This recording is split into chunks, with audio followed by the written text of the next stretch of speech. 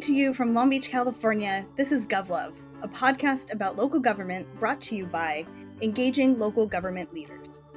I'm Meredith Reynolds, Deputy City Manager for the City of Long Beach and GovLove co-host. We have a great episode for you today. We're talking about curating professional development for local government leaders with Jessica Deakyne, Assistant City Manager at the City of Novato, and John Stefanski, Assistant City Manager for the City of San Rafael. But first, the best way to support GovLove is to become an ELGL member. ELGL is a professional association engaging the brightest minds in local government. Check us out and learn more about membership at elgl.org. Now let me introduce today's guests. Jessica Deakyne, pronouns she, her, is the Assistant City Manager for the City of Novato, where she oversees communications and engagement, economic development, sustainability, homeless response, and special projects.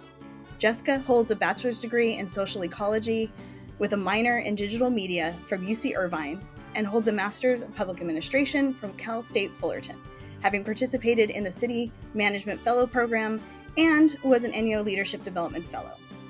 She previously worked for the Orange County Transit Authority, City of St. Helena, and has served several years on the board of the Municipal Management Association of Northern California, serving as president of MMANC in 2020.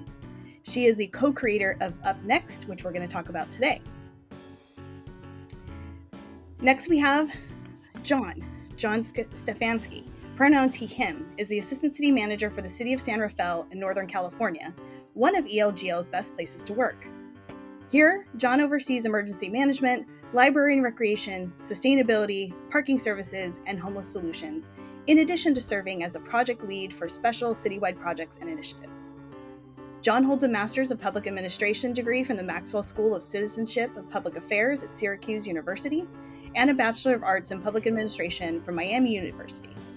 With over a decade of public service, John has also worked for the City of Dublin and the City of Hayward and currently serves as the immediate past president of the Municipal Management Association of Northern California and is a co-creator of the MMANC UpNext program aimed at supporting the next generation of local government leaders.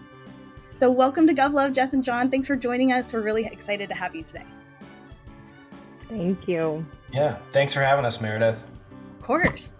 Well, let's start with our lightning round. It helps get to know you better. Jessica, let's start with you. So what was the first music album that you ever bought? Yes. I am of an age where it was the cassette when we were purchasing our first album. So I bought the Ghostbusters soundtrack at the swap meet in Huntington Beach, California. Yes. Core memory unlocked. Who are you going to call? Who are you going to call? That's also my outro, not to give that away, but. John, what about you? Well, for me, it was Bare Naked Ladies Strut, and it was a compact disc. So it wasn't a cassette, it was a CD. And I got it at the local Best Buy. Very nice, very nice. He's making sure you know he's younger than me by this. That's exactly what this question is how old are you? And it's based off of what was the first album you bought. Thanks, Meredith. It was Asia by Steely Dan. Yeah. Well, for someone who is a huge music person and listens to all kinds of stuff from all different eras, I love starting out with this one because it just, I don't know, it sort of pumps me up for the rest of the podcast. So thank you for sharing. And what about what you're reading right now, John? I'm reading The Wager by David Grann. It's super interesting. He did Killers of the Flower Moon, which was arguably one of my favorite books I've read in a long time and highly recommend him as an author. And The Wager is very, very good. All right, Jessica, what are you reading? Yeah, MMANC's Equity Summit had a keynote from John A. Powell, and he just came out with a book at the end of April that I am reading through very slowly because it's kind of above my reading level, if I'm being honest, but it's Belonging Without Othering, How We Save Ourselves in the World. And he was a blast, and he was so interesting. The way he talked about equity, I'm really interested to learn more from this book. So, Excellent. And then, Jessica, what is the last movie or TV show that you watched?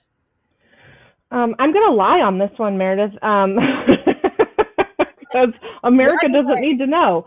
But I will say, I am an avid elementary stan. I think it's like this decade's Parks and Rec. So I definitely look forward to that each week. And I'm watching it week by week. Like, we don't live in a Netflix era. I have to watch it as it comes out.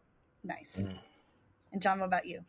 Oh, for me, so I'm fine letting America know that I love The Real Housewives and I watch every single franchise with my partner. And so The Real Housewives of New Jersey just started 2 weeks ago. So now we're following all that drama. Yeah, you're hooked, right? Oh, I love it. It's really just, that's my thing. Nice. And then what's one place that inspires you, John?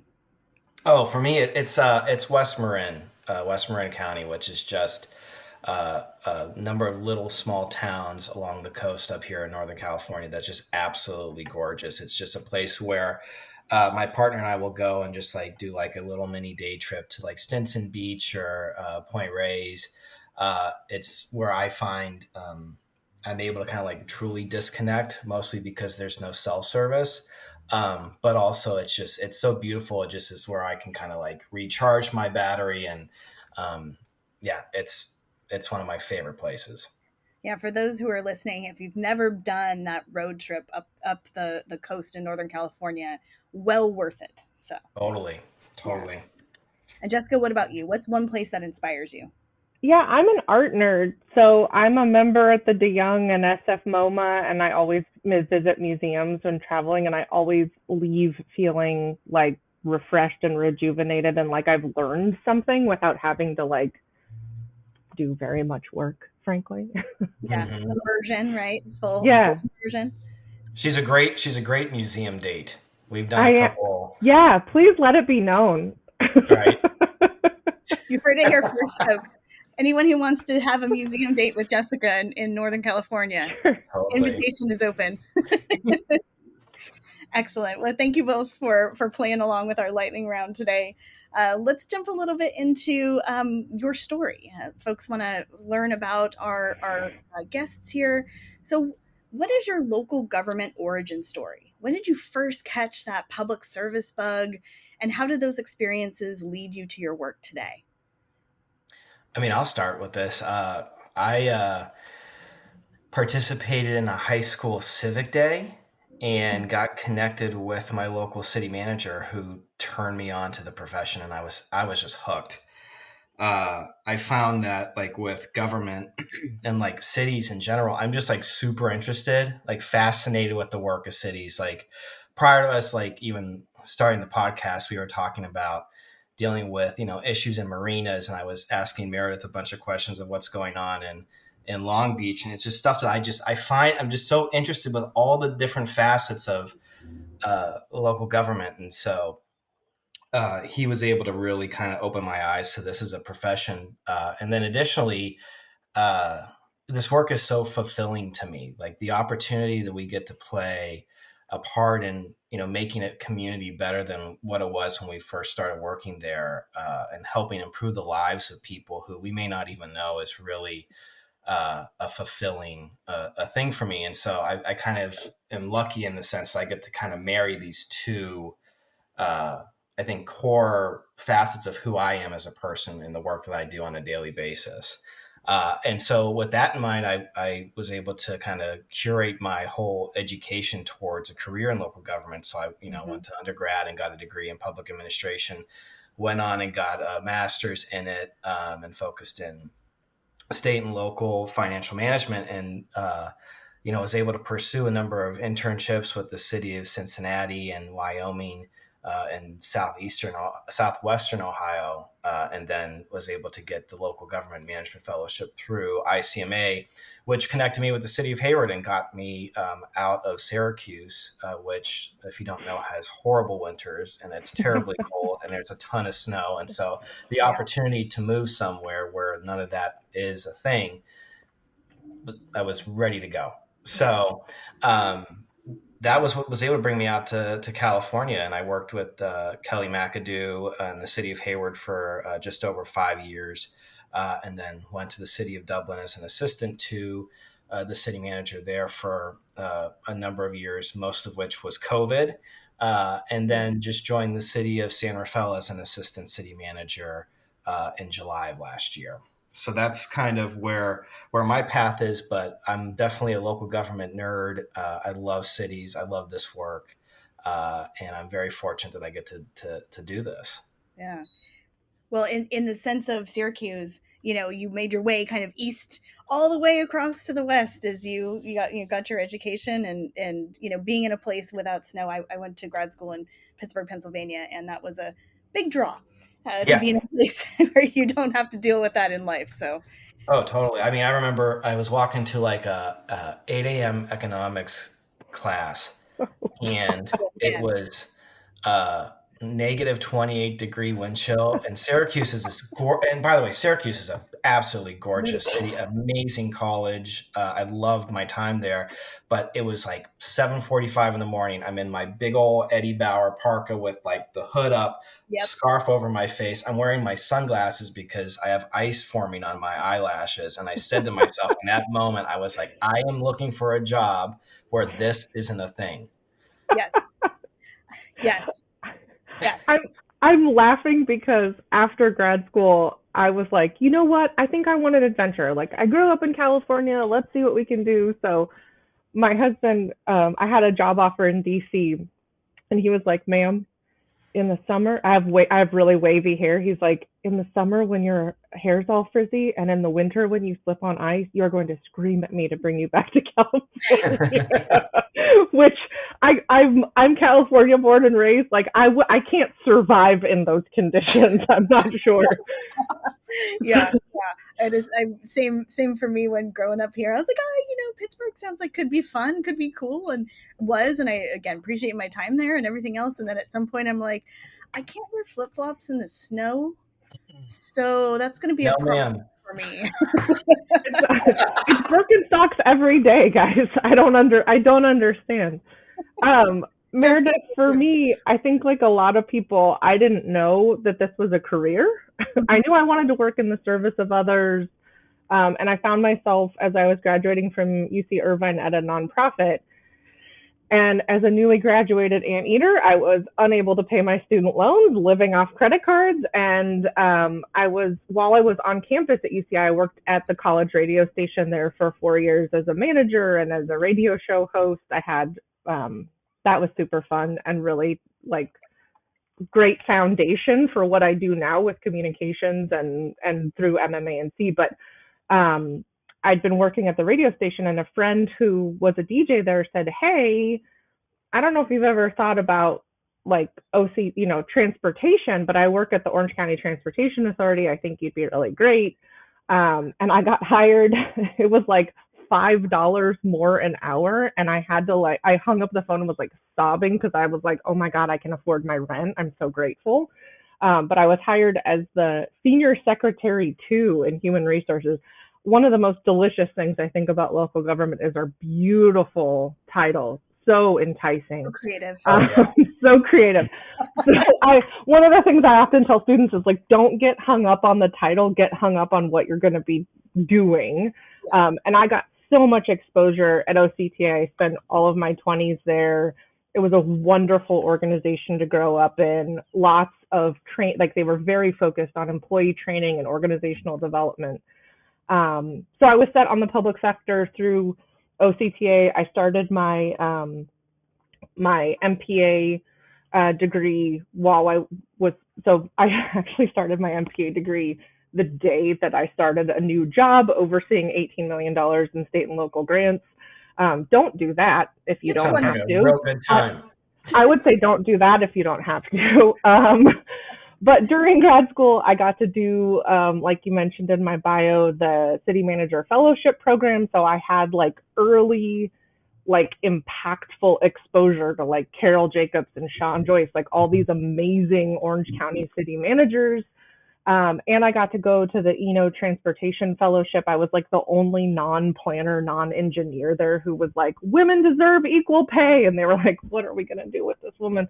But it was so great. It was so great to have a different voice and to see transportation from a different perspective. And at that time, I was overseeing grants. I think this goes into your next question, but I was overseeing grants for seniors, people with disabilities, and like first last mile. So I was talking to all of these DC folks about like, what are you doing about paratransit? How are we planning for an aging population? Like I'm pushing all these people to have these conversations that we don't really know how to have. So that has been my origin story, has been sort of activism, I guess. And then that's kind of carried throughout my career. Lowercase a activism, I'll say. Right. Well, it's interesting in local government when you kind of fall into these spaces, these whole worlds can open up to you because many cities do so many different things, and it's very apt if you are service driven to find your niche in that space, right? I mean, you can have a multitude of experiences in your career in a single department. You can have a multitude of experience across different departments, and then, even across agencies. And both of you have worked in a number of agencies over the years. And so in that space, maybe Jessica, what sorts of things have you been responsible for? Are there any particular notable things that have led to some key learning moments for you? I feel like I haven't been a police chief. Pretty much everything else I've done. but I've worked a lot with our police employees. Yeah, and one thing before we move on, I feel like one of the things I always tell students is like, you're a dance major, great, there's a place for you in local government. You're an engineer, great, there's a place for you in local government. You have a business degree, great, we can utilize that. Like, no matter what sort of course of study you're interested in, and back to, I think you said that earlier in the podcast, like there's a space for people who are creative, and there's a space for people who have very niche interests. So, And can I just add on to that real quick, is that I agree with everything that Jess is saying. The only thing that I'll add is that there's a space for you at the City of San Rafael. We have a number of positions that are open right now. So. My boss yesterday was like, you're doing that podcast, make sure you let them know what's open. I'm like, you got it. You're an engineer. We want you on our team. Give me a call. Yeah. Like, City of Novato, the place to be for your next job. And great places I will say both great places to work and great places to grow. Okay, John, your sales pitch over. So I'd mentioned at OCTA, I had worked in HR. I worked for the director of HR and organizational development. And then I was also, I did my own rotational. And I've done that at a lot of agencies. And it's helped me sort of learn and grow and move up and do different things, but also stay at an organization for a long time. So if you can find something else that you want to learn, like Long Beach, I'm sure it's a huge organization, and there's lots of, they need your skill set everywhere. So finding out where you can be impactful at the agency you're already at is even better than having to leave. So it was satisfying at OCTA when I was running the grants. Like I lived in the city of Tustin, and I would be driving and I would see the bus taking seniors to their doctor's appointments. Like it's very gratifying in local government that you can actually physically see the benefits of the work that you're doing. Yeah, very tangible. It's very. At Novato, I've overseen all sorts of stuff: Parks and Rec, IT, human resources, risk management, and then you mentioned my slate now: communications and engagement, economic development, sustainability, homeless response. I really appreciate how much I've been trusted with. I think one of the largest learning points for me, and I mentioned that I try to speak up for people who don't have a voice in my career. I think it's really important as somebody who's been in positions of power, especially we say people at every level have influence, right? So I like to tell people, even as a senior secretary too, I could raise my hand and say, are we going to translate this into Spanish, right? Like you can be an advocate for people at every level you're at in an organization. So advocacy is one of the core sort of values that moves me through my work. And one of the ways I say that is like, it doesn't have to be about me for me to be about it. So we had several youth in our community come to us and say, we'd really like the city to celebrate Pride. We'd like you at a minimum to raise the Pride flag.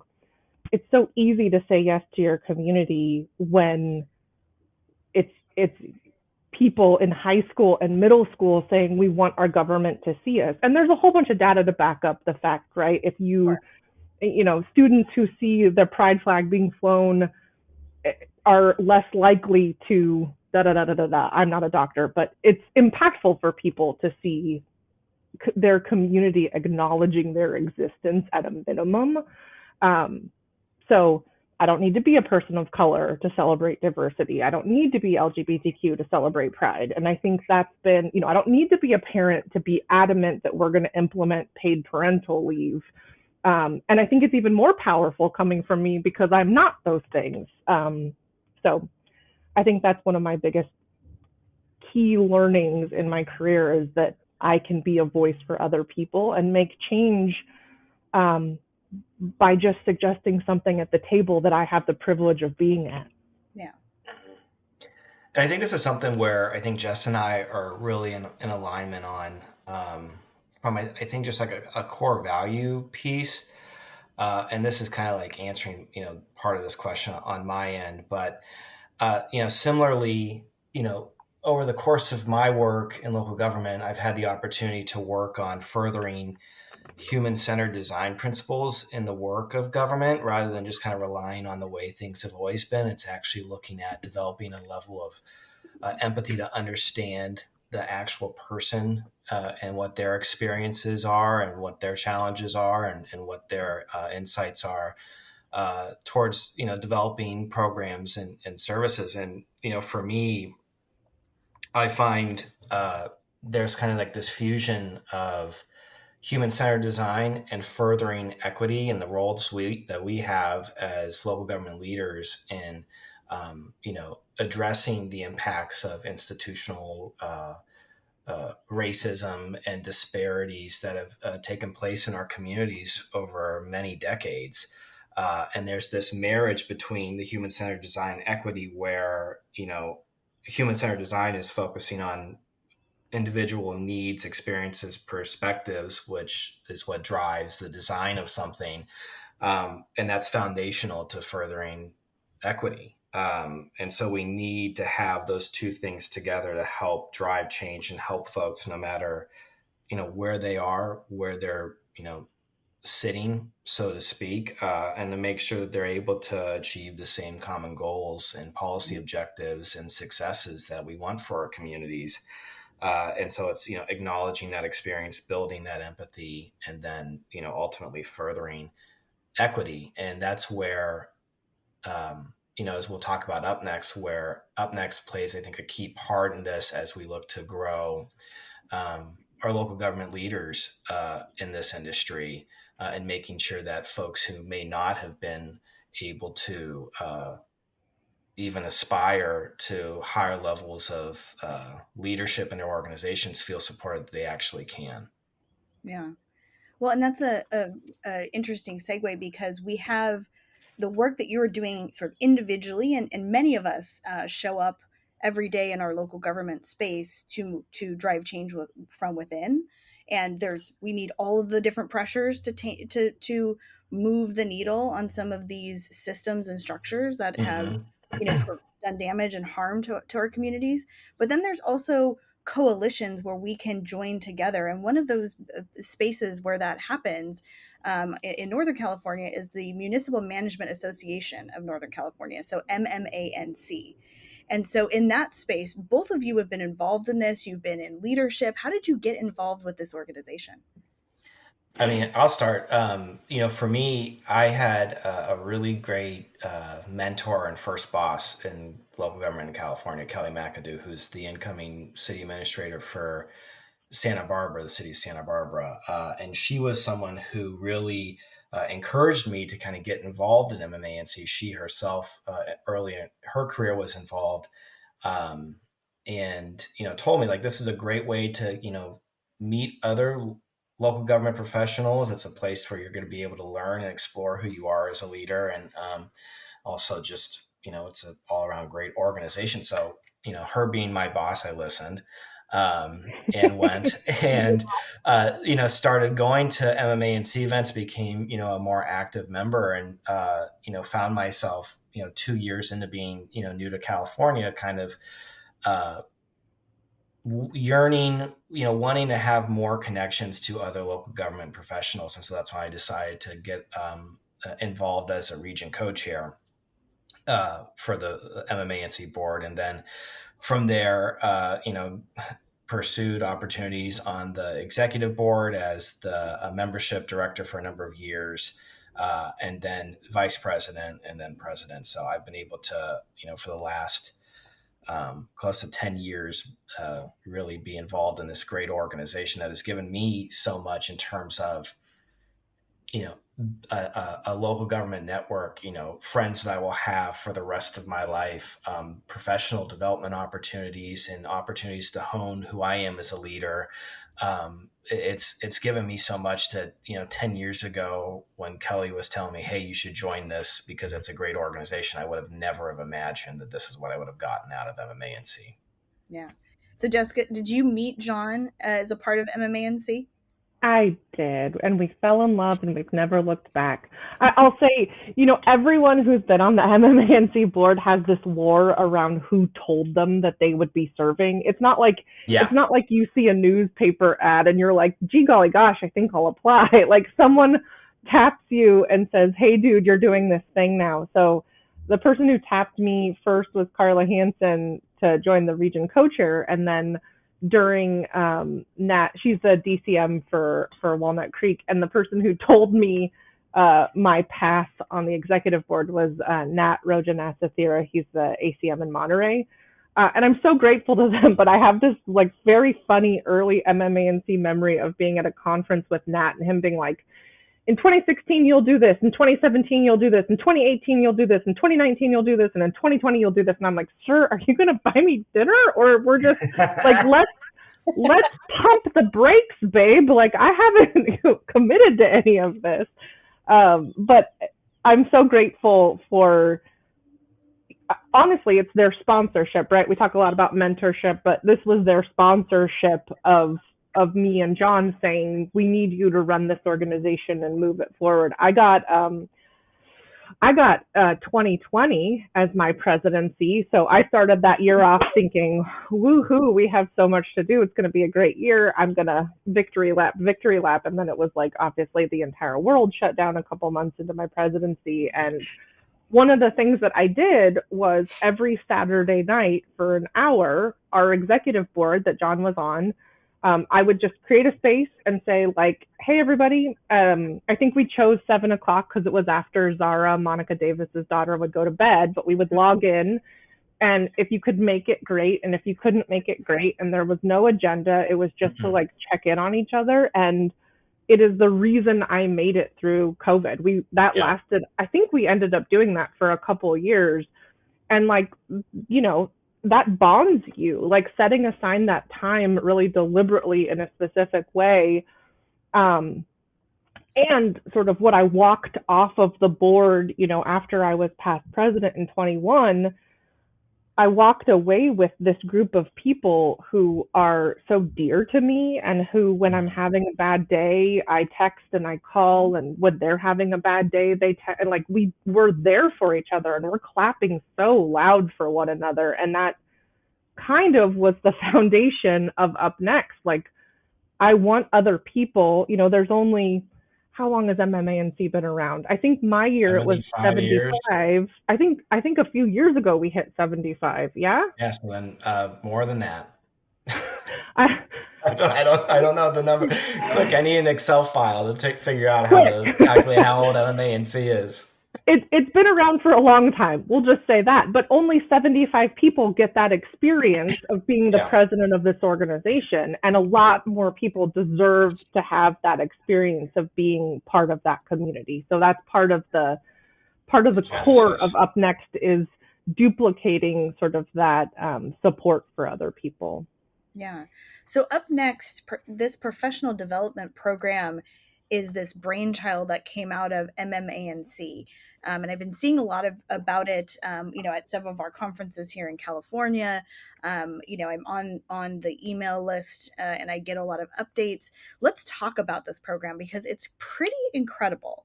And the folks who participate in it are, unicorns in their own right, and just amazing folks who are coming together. You have a cohort of your people that you get to move through this program and learn. So let's talk about what is UpNext. Yeah. John, do you want to start, or do you, who starts this? I feel like as I was preparing to talk to you, Meredith, I'm like, I'm so close to it that it's hard to see it. It's Mm-hmm. almost harder for me to talk about it because John and I have touched every single space. But Yeah. Well, I think maybe let me cast it maybe this way. Jess is kind of talking about this experience that we've had going through COVID. This group, this essentially like this kind of very initial cohort, where we created this space for us to support one another, help each other uh, in our careers. I mean, the one thing that Jess glossed over is, that initial group of us who are meeting on, Saturday nights. Um, we have helped each other go through job recruitments, interview prep, situations that are going on in organizations. We're there to kind of like help, um, you know, help problem solve or support people through challenging times and exciting, celebration times. And so UpNext is seeking to basically create a structure whereby other local government professionals can have that same opportunity, that same space. And so the program really takes cohorts. We're aiming right now, it's about 20 local government professionals. These are people who range from assistant city managers, deputy city managers, department directors, deputy directors, those folks who are really kind of up next for the higher leadership positions in organizations. So assistant city managers and city managers, right? And so we wanted to create this space where those folks can come together, receive very curated professional development aimed at preparing them for these higher level roles, and also providing a space for folks to kind of explore, like, what is their leadership style? Like, take the time to do that internal work to think about, well, how do I want to show up as a leader, and create that space. And so we have two really fabulous, fantastic people who are helping lead the cohorts with, we have Kathy Capriola. She was city manager of Sonoma, assistant city manager in Novato. She worked at Citrus Heights, and she's just an all around amazing person there to support people in their careers, no matter where they are. And she works at MRG. And then Lisa Alessi, who is one of these just, I mean, Jess and I could do a whole podcast on Lisa Alessi alone, because she's just like this magical, amazing coach who, really helps people identify, what their leadership style is, where their opportunities for, growth are. And so we have these two great leaders who are helping support these 20 professionals in this space of, professional exploration. And at the same time, the cohort also provides the venue for people to have like their little huddle, is what we call it. So like, just like Jess and I and, our huddle met on Saturdays during COVID, this group now has like a facilitated, like, this is your huddle. This is your team. This is the group of people who are going to be here to help you through the really hard times that we all go through in local government, and to help and to be there and celebrate you on the wins and the many good things that happen in our careers as well. And so that's kind of the vision of this, right? It's the evolution of the Saturday night COVID. I called them happy hours because I was just, there with my bottle of wine with a straw, and, Jess would be there with her arts and crafts. And so like, we would just be sitting there just commiserating, but also just like talking about, who we are as leaders and what we want to get out and what we want to contribute to the local government profession. Yeah. So Jess, you're close to this, right? So how is the program structured? What do people learn? What does that experience look like for the individual? sure. Uh, John did such a beautiful job of describing it. I think the only thing that I would add to what he said is John and I created the program that we needed. In 2019, when I started as ACM, I started to look around and be like, okay, CCMF's New and Futures weekend. And then last year, I was so honored to go to the Harvard State and Local Government Senior Executives Program. But the ongoing facilitation for all of those programs is incumbent upon the people that are in it. in this program, it's 9 months. It's a full day at the start and a full day at the end, and 7 virtual sessions in the middle, which mimics what our workplaces will be, right? This is local government of the future. So it's 9 sessions, and it's 3 executive coaching sessions, and then these days as well. There's no homework really. There might be an assessment that you take, but there's no. It's. I have a hard time being like, it's not like this, but it is like that. It's not like this, but it is like that, because in California, we are so rich in all of these, membership organizations and programs. But it's truly its own thing in that it's focused on you really honing in on being able to say who you are as a leader. One of the things about UpNext is we have this conversation a lot, and Christina Lilovich, who is John's boss, the city manager of San Rafael, she and I have this conversation all the time about how when we're talking about the UpNext generation, and I'm saying generation very loosely, this is not age-based. Sure. It could be people in their 20s. Those who bought CDs, those who bought cassettes. Right. Yeah. Like records. I collect vinyl, so who knows how old I am. LimeWire, some MP3s. Yeah. We talk about, are they ready? Is Meredith ready to move up in local government? And it's not about that. I think we have, one of the things that I hope UpNext does is a core shift away from this sort of pejorative, like, could she do it, to a, is the profession ready? Are recruiters ready to be gatekeepers in a different way? Are city councils and boards of supervisors ready to interview and welcome different styles of leadership? I am a goofy, outgoing, silly person, and that is not a I'm also an intellectual, and I'm also, right, but also the way that I present in the world, I'm also almost 6 feet tall. I am tall and loud and silly. I don't see myself, at the dais. Like, I am not the traditional city manager. And I think one of the things we really wanted to do was make it clear that these folks, the talent is already here. It's already here. The reason that they're not applying for these jobs is personal and different, person to person to person to person.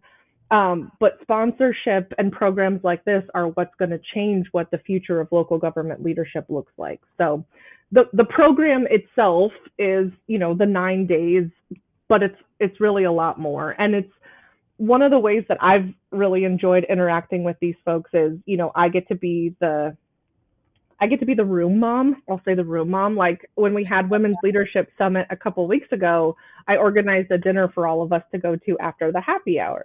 It's about spending time together. This isn't rocket science, right? Like, this isn't something that was invented in a lab. People want to be with each other in community. And that's what we're trying to capitalize on and really impact people's lives with. And the one other thing I'll add to this is because when Jess kind of approached me with this idea, I was president of MMANC. And for folks who don't know what MMANC is, it's a membership organization geared at creating community and supporting early career and mid-career professionals in local government. Helping create a space for networking and, classes, professional development, conferences, the like. And what I saw in UpNext was also this opportunity, like Jess said, like there's a gap here where you kind of work your way up, you're an analyst or you're an assistant, and then you get up to be, a deputy director or an assistant too. And then you come up to assistant city manager or deputy city manager. And it's like, well, I've matriculated out of MMANC. I don't really have a place to go. And so you kind of just like go off into this purgatory of like no professional, network organization, whatever. Like floating out lost in space. And so I looked at it as this is also an opportunity for MMANC to evolve, to help keep these folks in the fold of the organization. and provide programming for them so they have a space and can continue to have that space that they enjoy when they were starting off in their careers in MMA&C. But at the same time, there's some inherent synergies there whereby now we have more assistant city managers and deputy city managers who are attending our events because of the UpNext programming, but then they also get to interact with those who are up and coming in their careers, and help to make those connections and help Right. support those folks as well. So to me, it was just like this natural marriage of a really great idea and an organization that, quite frankly, was needed to have this be a component of who they are.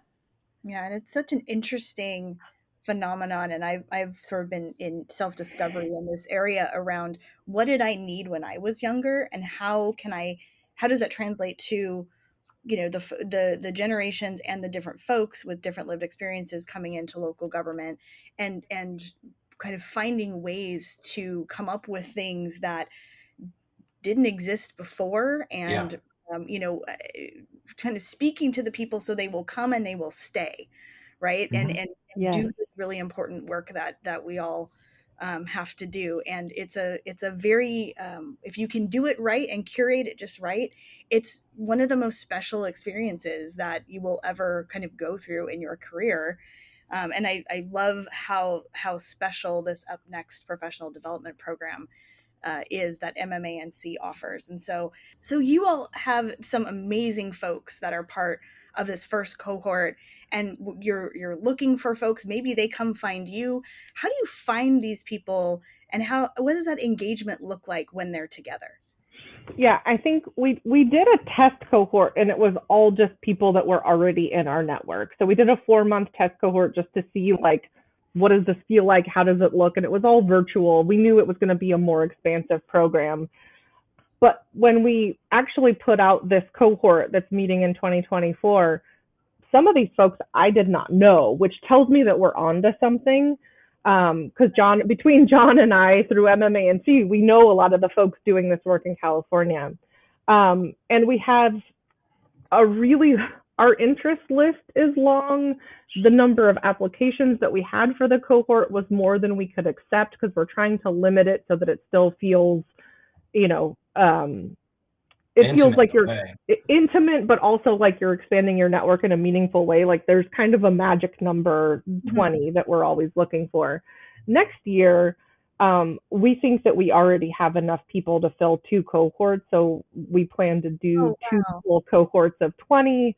And people are finding us. I mean, we're doing a good job, I think, and I appreciate you saying this. Like, I'm glad you're hearing about it at conferences, and I'm glad you're seeing some buzz about the program. Mm-hmm. I think when we're ready to take applications, I am both excited and afraid of how overwhelmed we will be this year with the amount of people who are interested in joining, because all of the people in the cohort right now are going back to their agencies, grounded in their leadership and their values, Yeah. and they're showing up differently than they were before the program, and people notice that, right? So I think the buzz that we're getting about the program will mean this is going to grow substantially. Like, it'll double next year, but I'm excited to talk about where this is moving in the future. Yeah.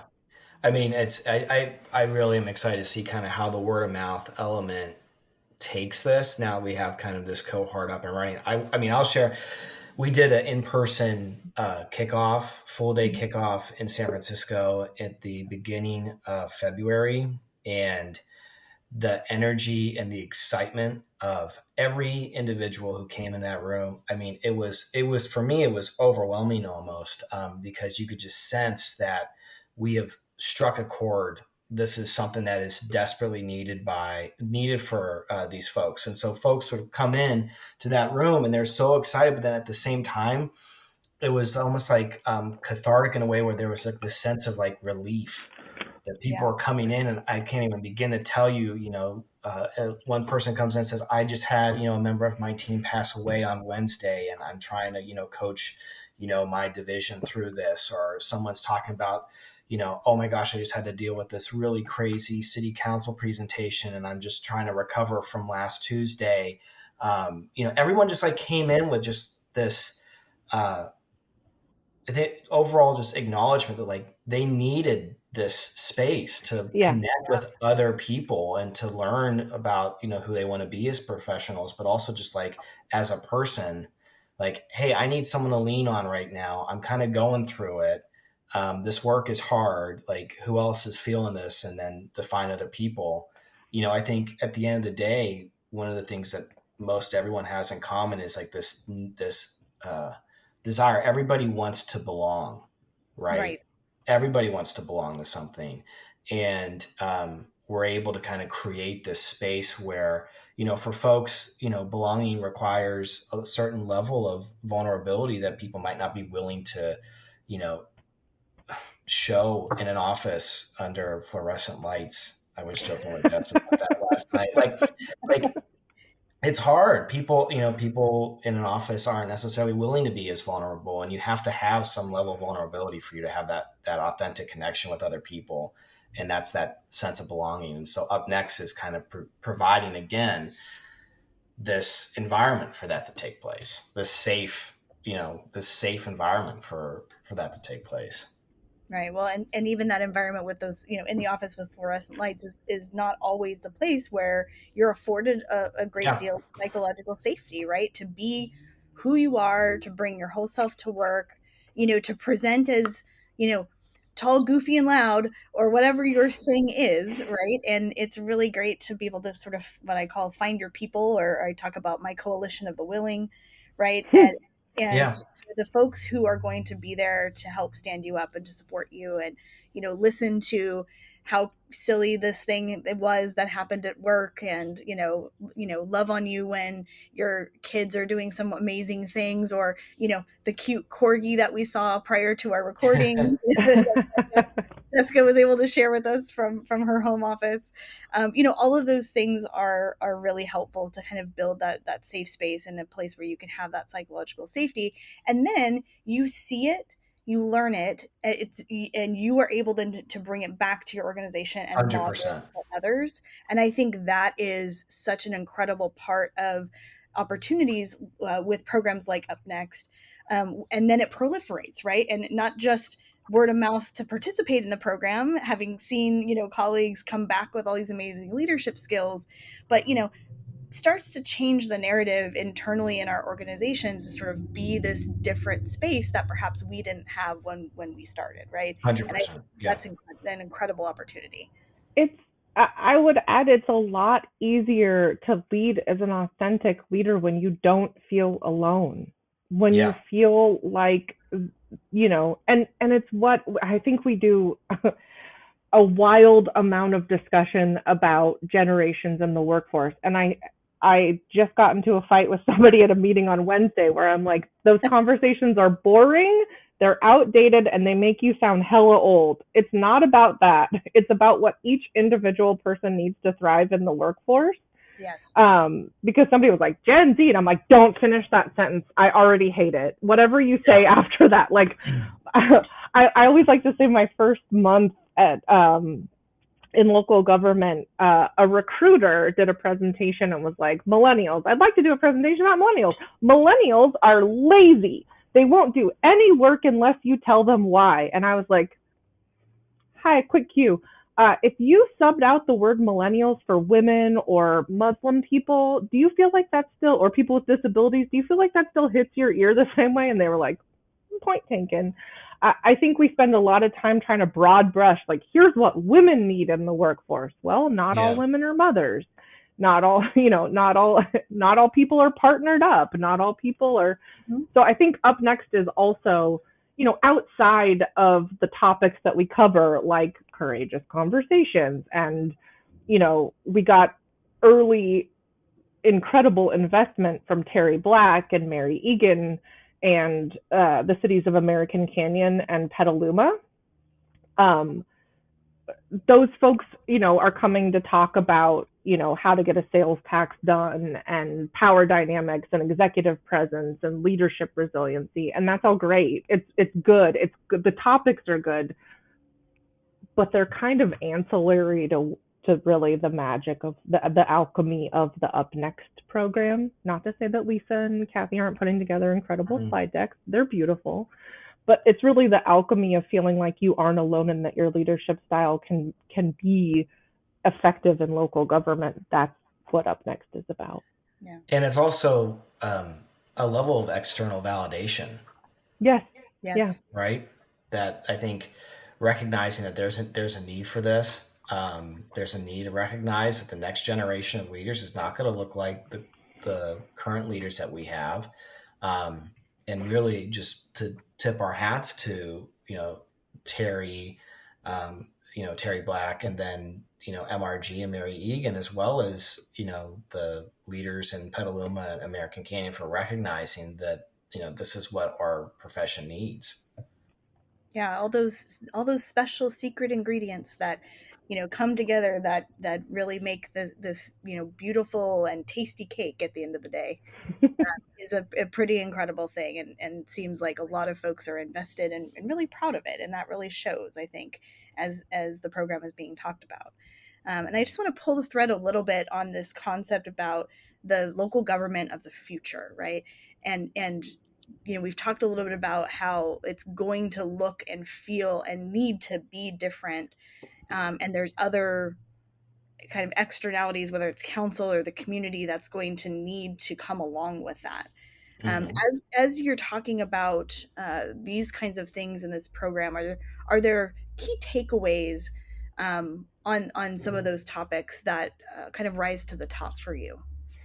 Well, I think as a backdrop for this, let's just talk about what's going on in the local government labor market right now. Like, have you tried to hire? Right. The number of retirements that are happening versus the number of people who view this as an option, as a career path. There's a big mismatch there. I know, like, Mission Squared has done a great deal of research looking into kind of some of the issues facing the local government labor market right now. And it's something like there are, close to over 500,000 vacancies in state and local governments right now. And they're only being filled by 160,000 people. I mean, there's a huge disparity there. And so what we're trying to do with this, we've talked about all like these kind of feel good things and really great kind of aspects of UpNext, but there's also the practical element of, we want to make sure that we're keeping folks engaged and passionate about this work and feeling supported and empowered to pursue leadership positions, because at the end of the day, we're going to need people to step up and take on these roles, because it's just going to be a function of the labor market ultimately. Yeah, we have some departments, we have 24 departments, some of which have a 25 to 30+% vacancy rate. Yeah. And that's a quarter of a third of your department workforce. And that at the end of the day ends up impacting our ability to serve our community and meet the expectations and the needs of those who look to our agency for service or for, even basic needs in some cases. And so that's thinking about that and what that means and how you foster good leadership, because we want, at the end of the day, to have really solid leaders in this space.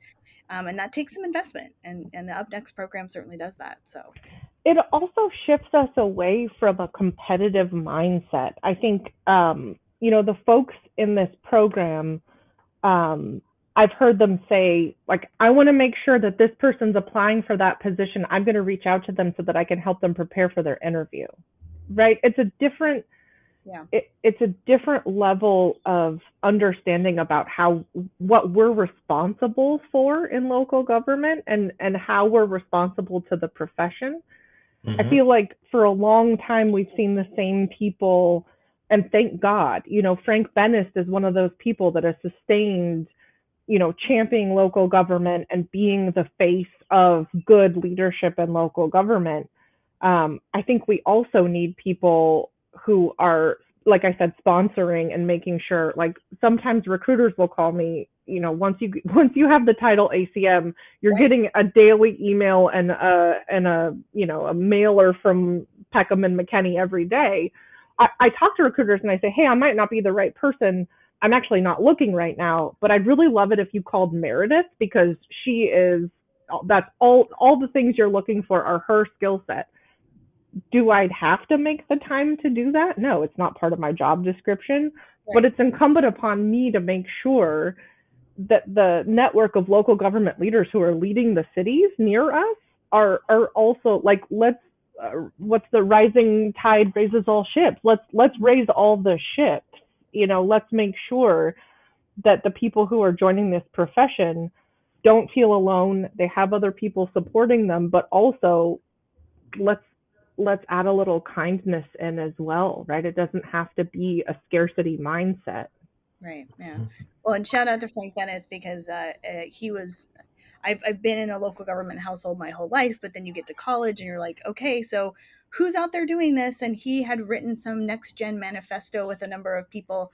And it was so great to read that, because I'm like, he's talking about me, right? Like, yes, yay. There's that cohort out there. There are people who are interested in talking to me as a college student about getting into this work. And that motivates you, that keeps you going, that keeps drawing you in. And there's a lot of great things that UpNext does, that MMANC does, and that each individual can take the responsibility as local government professionals to be that tide that lifts all boats. So there were probably 50 people that I called when I started workshopping this idea. Frank Bennis was one, Pat Martell was one. I mean, there are a lot of people who've been doing this work Frank Bennis is the reason that assistant city managers and people outside of city manager titles are allowed at the CMD conference. You know what I mean? Like, there are these people who have been doing this work for a very long time. So I don't think John and I are doing anything that hasn't been started by other people. And again, none of the things that we're doing are difficult. It's making sure it's opening an application, reviewing an application. I will say one of the things I wanted to talk about, Meredith, is like who we're looking for to join UpNext. We want people obviously in those titles and in those UpNext, in the UpNext sort of generation, and again, generation broadly. We also want people who've done some professional development. This can't be UpNext can't be the first time you've ever thought about what your values are, or the first time you've ever done a professional assessment.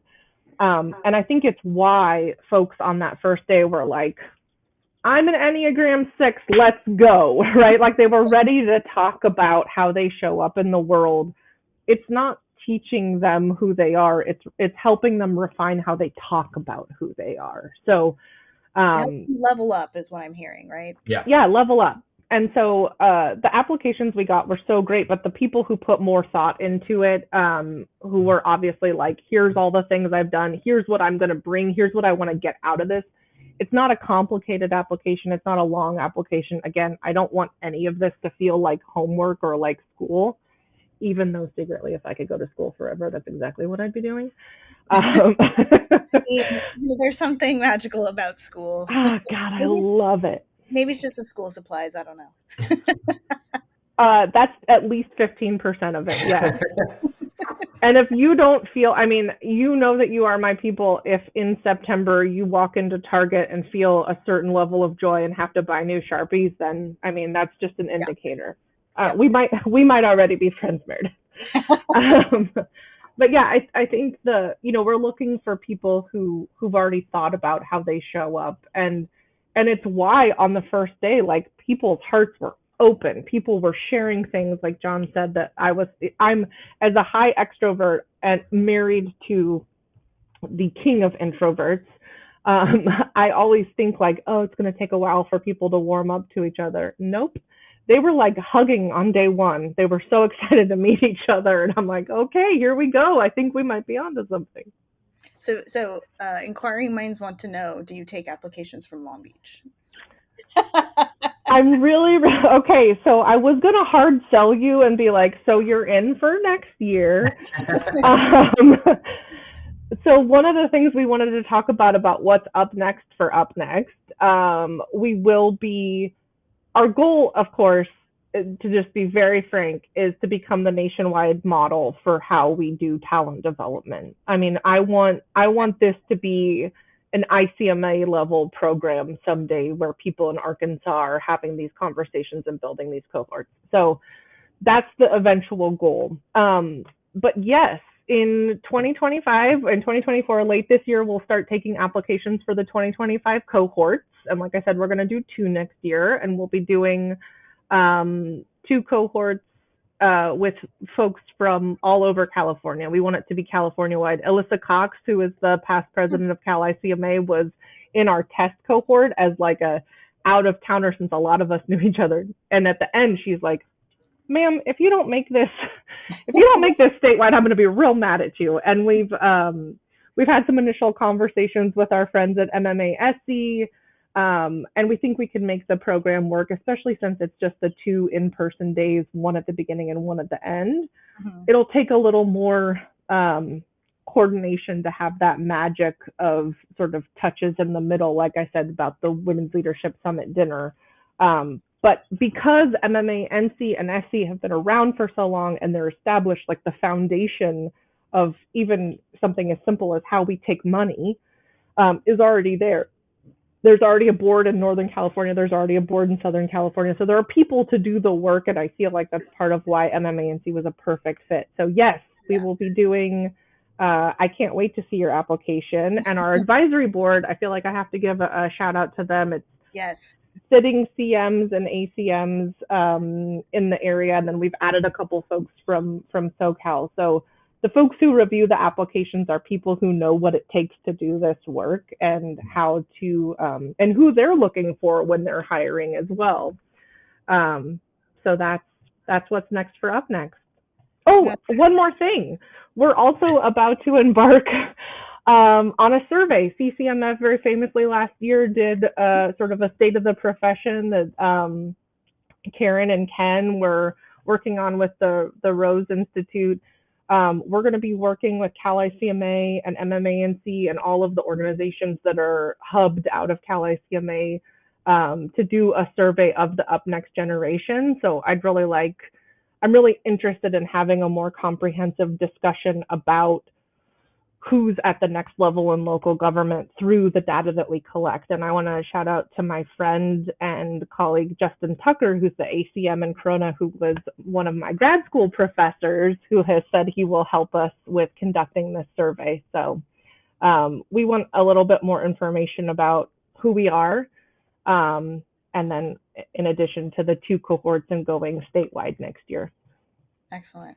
Well, that's a great way to wrap up today, is shouting out all of our favorite people who have helped us get to this space. So thank you to both of you, as well as, the board and all of those involved in MMA&C and UpNext. So if you both could be the GovLove DJ, what song would you pick as the exit music for this episode? You go first, Jess. Well, I think I already, when there's something wrong in your neighborhood, who are you going to call? It was my first cassette, and it's just too relevant to local government work. I think it has to be Ray Parker Jr.'s. Who are you going to call? Ghostbusters theme. I love that so much. Oh my gosh. I was going to say, because I love the little play on everything. I'm so excited by the Pointer Sisters, because we are so excited for the future of UpNext and the future of our profession as well. Would you say you just can't hide it? Oh, absolutely. I am so excited, and I just can't hide it. Thank you, John. I just needed you to finish the thought. Well, thank you both. This has been such a blast. I'm so excited that we got to chat today. So thank you both for being part of GovLove. Oh my gosh, thank you so much, Meredith. Can't wait to see your application for UpNext, babe. Will do. That ends our GovLove episode for today. Thank you, Jessica and John, for coming on and talking with me. We really appreciate you spending the time. Subscribe to GovLove on your favorite podcast app. New episodes drop every Friday. If you are already subscribed to GovLove, go tell a friend or colleague about this podcast or share on social media. And help us spread the word that GovLove is the go-to place for local government stories. GovLove is brought to you by ELGL, Engaging Local Government Leaders. The best way to support GovLove is to become an ELGL member. You can reach us online at elgl.org/govlove or at GovLove Podcast on LinkedIn, Instagram, and X. Thanks for listening. This has been GovLove, a podcast about local government. I ain't afraid of no ghosts. Who you gonna call? Ghostbusters! If you're all alone, pick up the phone and call